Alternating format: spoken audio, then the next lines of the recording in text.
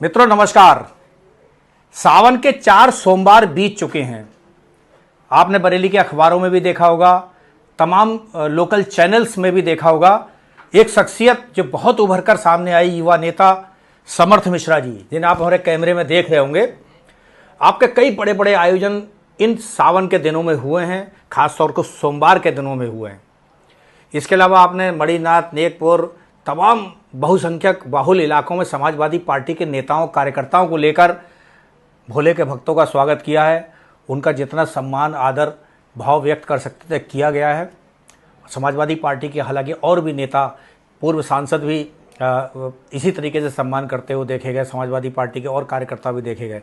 लेकिन आज हम जिस शख्सियत से मिल रहे हैं उनका नाम है समर्थ मिश्रा। समाजवादी पार्टी के बहुत तेज तर्रार युवा नेता हैं बरेली से।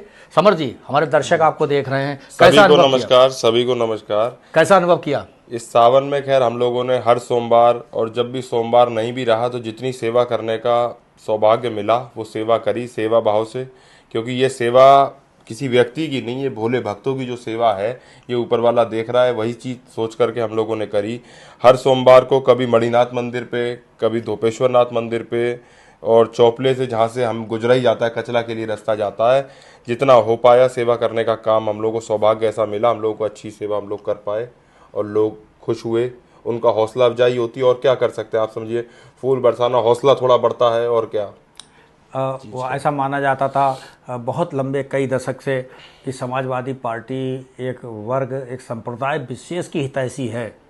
लेकिन पहली बार ट्रेंड आ रहा है कि समाजवादी पार्टी के नेताओं कार्यकर्ताओं, खासतौर से आपको, ब्राह्मण चेहरा है, आपको बहुत गर्मजोशी के साथ स्वागत किया गया। युवाओं में ऐसा क्या नज़र आया आपके प्रति? नहीं, खैर ये तो खैर समाजवाद का मतलब ही यही हुआ जहाँ हर बिरादरी, हर धर्म को एक जैसा देखा जाए, जहाँ एक जैसी चली जाए। सबका सम्मान पहले भी था और आज भी है।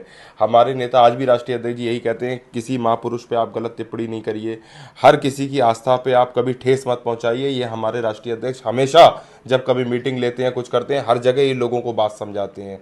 और हम लोग हर धर्म को मानने वाले लोग हैं।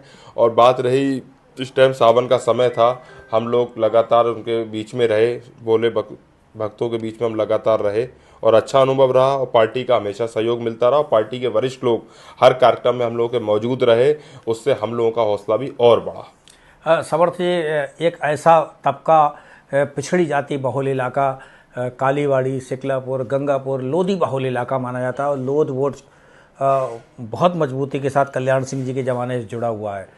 आपकी पिछले दिनों सभाएं हुई हैं, बैठकें हुई हैं, पीडीए की पंचायतें हुई हैं।